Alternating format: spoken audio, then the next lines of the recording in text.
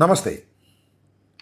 Kodali Venkateswararao Nani YSR Congress party senior నాయకులు, మాజీ మంత్రివర్యులు, ఫైర్ బ్రాండ్ నాయకులు. ఆయన ఆరోగ్యం మీద గత 10-12 రోజుల నుంచి వివిధ రకాలుగా మీడియాలో వస్తున్నాయి.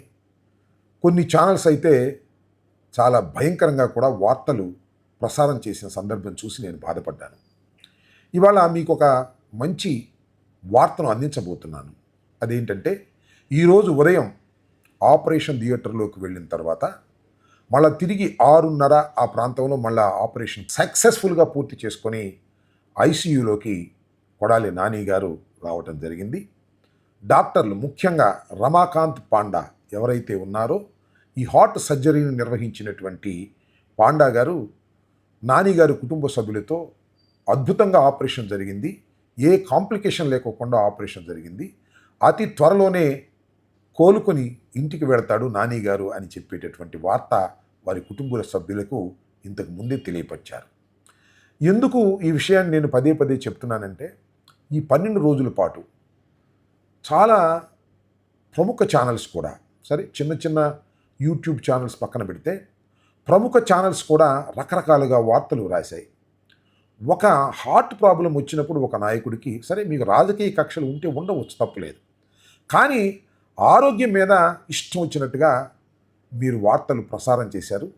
వాటి విషయాలు ఇప్పుడు మాట్లాడడం సమంజసం కాదని నేను అనుకుంటున్నాను. మళ్ళా నాని గారు కోలుకొని ఇంటికి వచ్చిన తర్వాత దాని మీద ప్రత్యేకంగా నేను మాట్లాడతాను. ఆ వీడియోలు చూసినప్పుడు, వారి భాష చూసినప్పుడు నాకు కాస్త కోపం వచ్చిందని కూడా మనవి చేస్తున్నాను. ఇంకా చిన్న చిన్న యూట్యూబ్ ఛానల్స్ ఉన్నాయి. తెలుగుదేశం పార్టీ విధిరించిన ఎంగిలి బెతుకుల మీద బతికేటటువంటి కొన్ని యూట్యూబ్ ఛానల్స్, వాళ్ళైతే భయంకరంగా ఆయన ఆరోగ్యం మీద పుకార్లు సృష్టించేటటువంటి ప్రయత్నం చేశారు. ఒక వ్యక్తి, ఒక నాయకుడు, ఒక ప్రజాప్రతినిధిగా పనిచేసిన వ్యక్తి ఆరోగ్యం బాగోకపోతే గుండె ఆపరేషన్ చేయించుకోవాల్సినటువంటి పరిస్థితులు వస్తే ఇన్ని వార్తలు రాసి ఈ రకంగా వార్తలు ప్రసారం చేస్తున్నారంటే ఎంత ద్వేషాన్ని మీరు నాని గారి మీద పెట్టుకున్నారో అర్థమవుతుంది. సరే, ద్వేషాలు ఉండటం అనేది సహజం. రాజకీయాల్లో, ప్రస్తుత రాజకీయాల్లో చాలా ఎక్కువ ద్వేషాలు పెరుగుతున్నా ఒక కీలక సమయంలో మంచి సాంప్రదాయాలతో, మంచి హృదయంతో వ్యవహరించకపోతే ఎవరైనా మానవత్వం లేని వ్యక్తులుగా ఉంటారని మాత్రం ఈ సందర్భంగా నేను తెలియపరుస్తున్నాను.